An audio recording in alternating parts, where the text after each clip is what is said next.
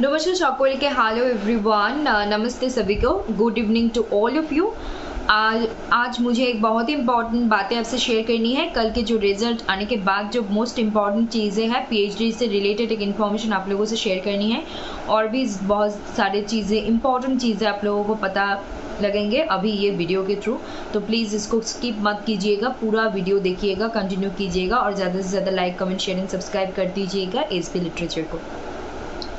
আমি এখানে আজকে একটা ইম্পর্টেন্ট কথা শেয়ার করব, যেটা হচ্ছে গতকাল আমাদের রিনেট জুন 2024 সাইকেলের যে রেজাল্ট হয়ে গেল সেই রিলেটেড এখন পিএইচডি একটা খুব ইম্পর্টেন্ট বিষয় এবং সেটা সম্পর্কিত একটা গুরুত্বপূর্ণ বিষয় আমি এখানে শেয়ার করতে যাচ্ছি। তার পাশাপাশি আরও দু একটা বিষয় আপনাদের সামনে তুলে ধরবো যাতে করে আপনাদের বুঝতে সুবিধা হয়। এই ধরনের ভিডিও সম্পর্কে জানতে, আপডেটস পেতে, পড়াশোনার বিষয়ে বুঝতে, এগিয়ে যেতে কী করতে হবে, এসবি লিটারেচারকে প্রচুর পরিমাণে like comment share and subscribe করতে পারবে। Today I'm going to talk about a very important news related to PhD admission, and we already know that there is a differentiation of results. Means previously we know there are two types of results they published, two types of scorecard NTA published in their official websites, but this time this is not two, it's three types of results are there in NTA's official websites. So if you want to visit that, you can go and check it out on NTA's official website. And I have to share a very important thing about this and other things also, so please don't skip this video. Try to listen it carefully and try to watch this full video. And for this type of videos, updates, informations and related to study of English literature and others, means paper 1 for GATE examination, paper 2 English literature, paper 1 for UGC NET, you have to follow SB literature. And so please do like, comment, share and subscribe to SB literature for upcoming videos and updates and informations, and hit the bell icon so you never miss an updates. শুরু করা যাক। বিষয় হচ্ছে যে আমি এখানে একটা মানে আমাদের রেজাল্ট আসার আগে একটা অফিসিয়াল পাবলিক আমরা নোটিশ পেয়েছি। আমার এখানে বলার আছে যে আমি বাংলায় বলে নিয়ে তারপর হিন্দিতে বলছি, তারপর ইংলিশে বলে ভিডিওটাকে শেষ মানে এন্ড করছি। তো বিষয় হচ্ছে যে একটা সংখ্যা দেওয়া আছে, কতজন এই নোটিশটা দেখেছে বা দেখেছেন বা দেখেছো আমি ঠিক জানি না। তো আমি এখানে উল্লেখ করে দিতে চাই যাতে করে প্রত্যেকের মনের মধ্যে একটা আইডিয়া থাকে এবং সবসময় যেন তারা বিষয়টি নিয়ে কনসিয়াস থাকে। অ্যান্ড যদি তোমরা চাও তো সেটা খাতায় লিখে রাখতে পারো, কোনো অসুবিধা নেই। এইবার ইউজিসি নেটে যে 83টা টোটাল যে সাবজেক্ট আছে 82 or 83, I am confused about these two numbers 82 and 83. If I do mistake or if I tell you anything wrong, please forgive me and please try to check it on Google and I will search it on Google later. So this time এই সময় পুরুষ candidate দিয়েছে পরীক্ষা মানে হচ্ছে যে আমি এখানে বলতে যাচ্ছি যে count of registration and count of appear, মানে হচ্ছে কতজন রেজিস্টার করেছে আর কতজন অ্যাপিয়ার করেছে। ভাগ মেল ক্যান্ডিডেট ছিল 4,85,578, ফিমেল ক্যান্ডিডেট 6,35,588 এবং থার্ড জেন্ডার 59, শুধু 59 জন। যাই হোক, টোটাল এখানে আমরা টোটাল নং অফ অ্যাপিয়ারিং, তো এটা যদি আমরা যোগ করি তাহলে 6 আর 4 10 এদিকেই হয়ে যাচ্ছে। এর এদিকে অলরেডি 11 লাখ, কিন্তু 15 ওখানে চলে গেলে 11,20,000, 11,20,000 নয়, 11,21,000 পার হয়ে যাচ্ছে। তো ধরে নিই 11 লাখ স্টুডেন্ট কিন্তু পরীক্ষায় বসেনি, ফর্ম ফিল করেছিল, রেজিস্টার করেছিল, কিন্তু অ্যাপিয়ার করেছে। কাউন্ট অফ অ্যাপিয়ার আমরা এখানে দেখছি 6,84,000, মেয়ে ফিমেল এবং থার্ড জেন্ডার মিলে 6,84,000। তাহলে আমাদের কম্পিটিশন হচ্ছে কিন্তু 6,84,000 স্টুডেন্টদের মধ্যে, নাকি এটা কিন্তু সমস্ত ডিপার্টমেন্ট মিলে বলছি, মানে পুরো ইউজিসি নেটের যে আছে সেটা। এবং তার মধ্যে থেকে ইংলিশ লিটারেচারে কতজন স্টুডেন্ট আছে মানে অ্যাপিয়ার করেছে না করেছে আমি সেটাও বলবো এখানে। তারপর বলা হচ্ছে যে number of candidates registered 11,21,225, number of candidates appeared 6,84,224, candidates qualified for JRF 4,970, মানে 4,970, candidates qualified for assistant professor only 53,694 এবং candidates qualified for PhD only 1,12,070 জন। তো এই সংখ্যাটা জানা আমাদের খুব দরকার একটা বেসিক আইডিয়া পাওয়ার জন্য যে আমাদের লড়াই শুধু সেই 11 লাখ স্টুডেন্টদের সঙ্গে কিন্তু নয়, আলটিমেটলি পরীক্ষা দিয়েছি কিন্তু প্রায় 6.25 লাখ বা বলতে পারি হ্যাঁ 6,84,000 প্রায় 7 লাখ। তো এখানে আমাদেরকে মাথায় রাখতে তার সেই 7 লাখের মধ্যেও সাবজেক্ট ভাগ করে নিলে ইংলিশ লিটারেচারে এবার 50,000 দুজন কি চারজন 50,000 দুজন কি চারজন অ্যাপিয়ার করেছে। তার মধ্যে থেকে টোটাল কতজন জিআরএফ পেয়েছে কতজন এটা আমাদের যোগ করতে হবে ক্যান্ডিডেট মানে ক্যাটাগরি অনুযায়ী, জেনারেল, তারপর এসসি এসটি, ইডব্লিউএস, ওবিসি, তারপর এগুলো আরও যে পিডব্লিউডি ক্যান্ডিডেট সব যোগ করলে আমরা পেয়ে যাবো আমাদের কতজন জিআরএফ পেয়েছে, কতজন নেট পেয়েছে, কতজন পিএইচডির জন্য পেয়েছে। এটা ইম্পর্টেন্ট কথা আমার বলার ছিল যে কম্পিটিশন এখানে 11 লাখ স্টুডেন্টদের সংখ্যা দেখে ভয় পাওয়ার মতো কিছু নেই। আলটিমেটলি কম্পিটিশন গিয়ে দাঁড়াচ্ছে 6,84,000। আবার তার মধ্যেও কিছু ক্যান্ডিডেট আছে যারা প্রথম এক্সপিরিয়েন্স করতে যায় বা সিরিয়াসলি নিয়ে যায় না, তো সেই হিসেবে ধরলে আমরা সিরিয়াস ক্যান্ডিডেট যদি ধরি তাহলে বলতে পারি 5 লাখ স্টুডেন্টসকে আমরা সিরিয়াসলি ধরতে পারি। সেই 5 লাখের মধ্যেও আবার 50,000 স্টুডেন্ট বা 50 থেকে 54,000 আমরা ইংলিশে দেখতে পারি। তো 50-54,000-এর মধ্যে আমাদের কম্পিটিশনটা। তো এই হচ্ছে বিষয়বস্তু। আর একটা ইম্পর্টেন্ট কথা হলো যে পিএইচডির জন্য যে ভাগটা আছে, এই যে পিএইচডির জন্য যে মার্কস বা স্কোর কার্ডটা এলো মানে ইউজিসি নেটের যে রেজাল্ট হলো গতকাল জুন সাইকেলের রিনেটের যেটা জিআরএফ সেটার একটা নির্দিষ্ট ভ্যালিডিটি থাকে। আগে 2 বছর ছিল, এখন 3 বছর। ওই 3 বছরের মধ্যে তোমাকে যে বা যারা জিআরএফ পাচ্ছ বা পাবেন তাদেরকে কি করতে হবে, এই টাইম পিরিয়ডের মধ্যে একটা যে কোনো ইনস্টিটিউশনে যেখানে পিএইচডি করানো হয় সেখানে ভর্তি হতে হবে। আদারওয়াইজ সেই জিআরএফের যে স্কলারশিপের যে টাকা সেটা কিন্তু ইনভ্যালিড হয়ে যায় বা সেই সুবিধাটা সে ভোগ করতে আর পারে না 3 বছরের মধ্যে।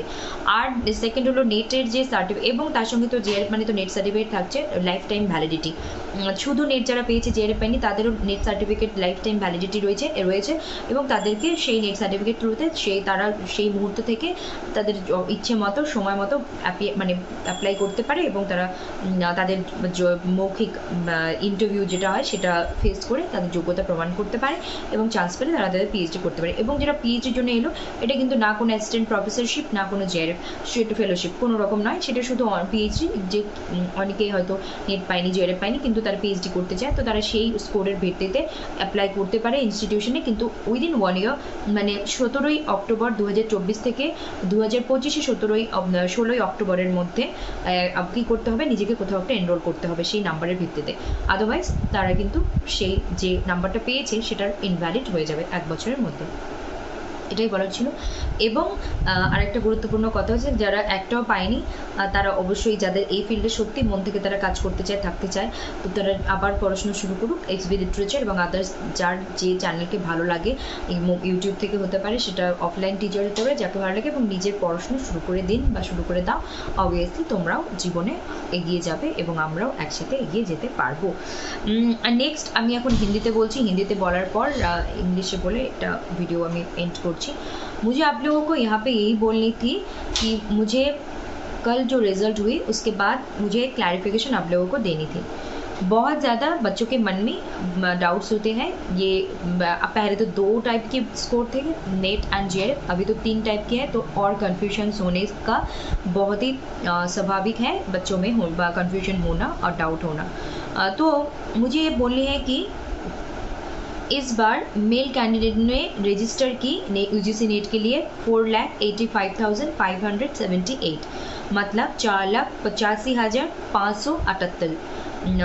फिर फीमेल कितने 6,35,588, मतलब 6,35,588 और फिर 88।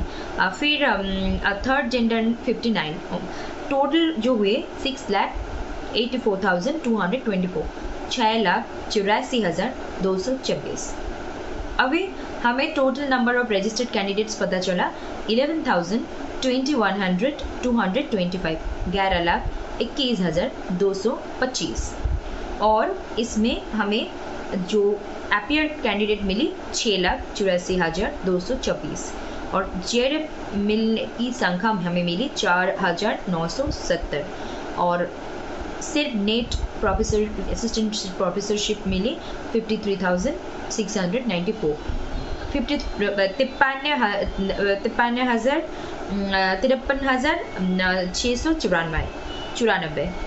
एंड कैन सिर्फ PhD के लिए हमें मिली 1,12,070 1,12,070 मतलब 1,12,070। क्यों मैं यहाँ पे इन डिटेल्स आप लोगों को बोल रही हूँ, शायद किसी ने ये नोटिस देखी होगी, किसी ने नहीं देखी होगी, किसी ने देखी होगी तो भी केयरफुली नहीं देखी होगी, क्योंकि सभी लोग अपने रिजल्ट्स के लिए बहुत ज़्यादा क्यूरियस थे, बहुत ज़्यादा कभी कोई टेंस थे, कब रिजल्ट आएंगे, क्या होंगे नहीं होंगे, मतलब कि ये स्वाभाविक थे।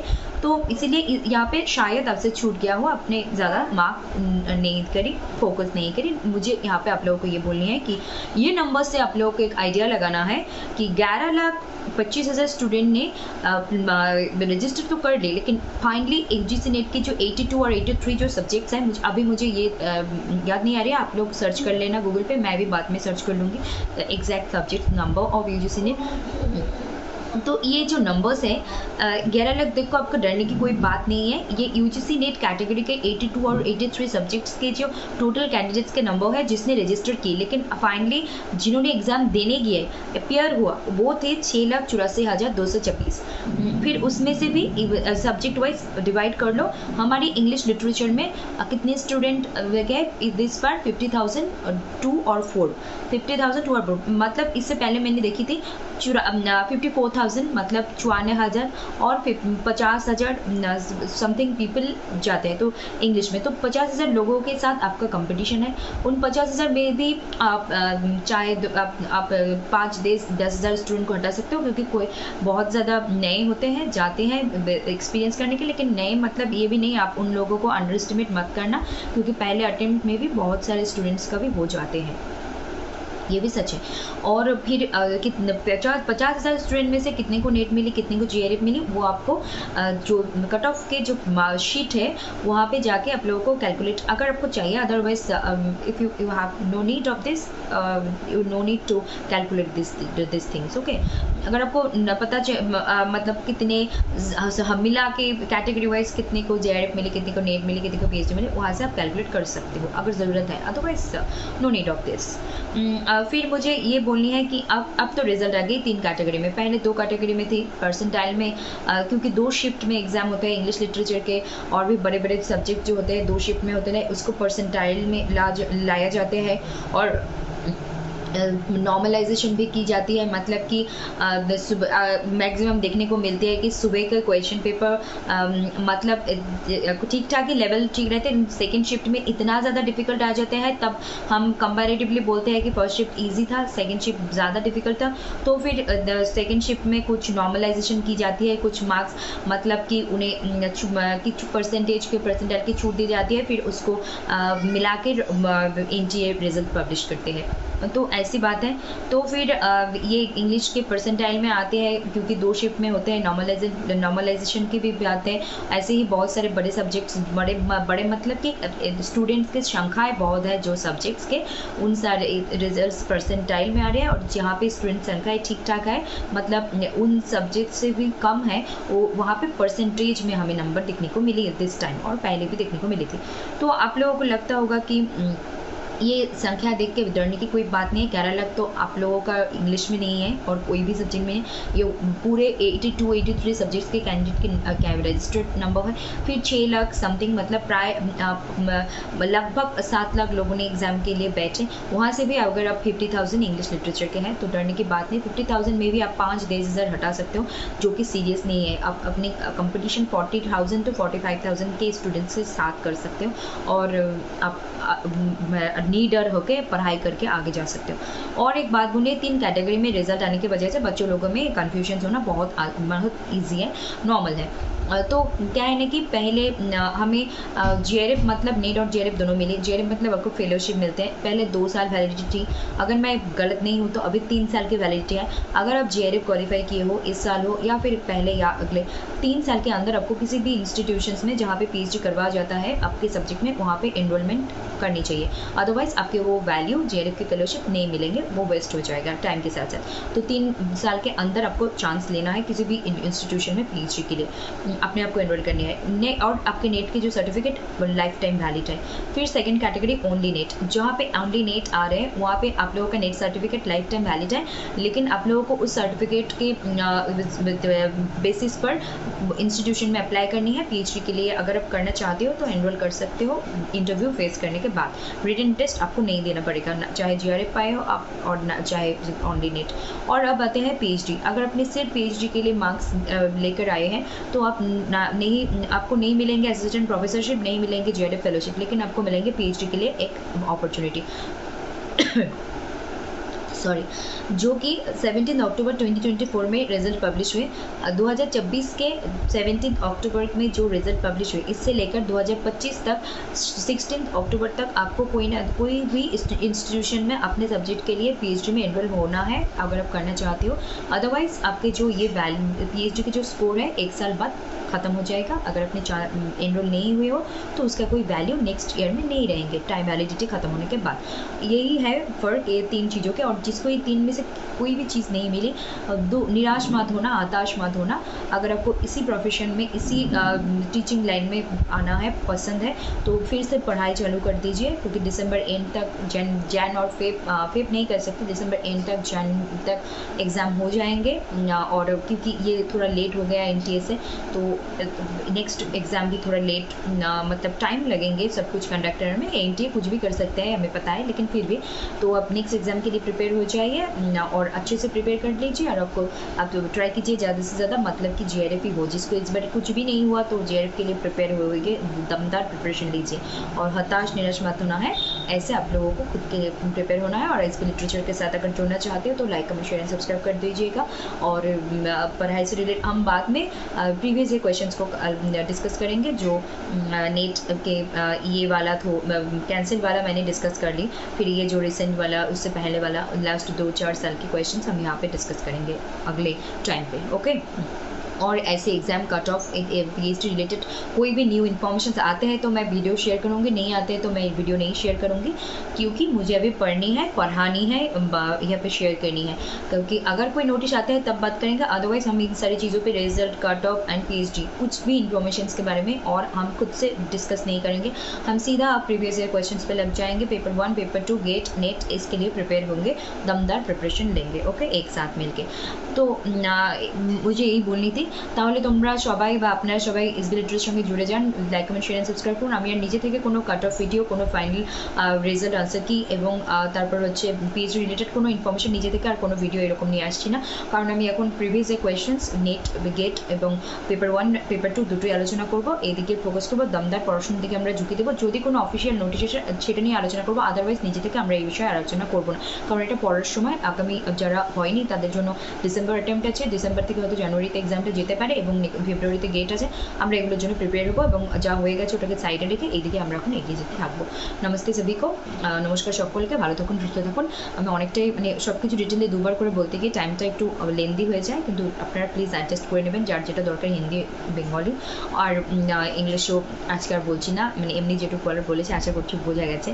नमस्कार, भारत का सुस्त में देखते हैं एसबी लिटरेचर प्लीज़ आज। और मैं इंग्लिश में इसको नहीं बोल रही हूँ क्योंकि ये कहूँगी तो ये 25-30 मिनट्स में चला जाएगा। ऑलरेडी ये 18 मिनट्स खत्म मैंने ओवर कर चुके हैं। तो please like, comment, share and subscribe कर दीजिएगा और इस पर लिटरेचर के साथ जुड़ जाइएगा। नमस्ते, गुड नाइट, टेक केयर।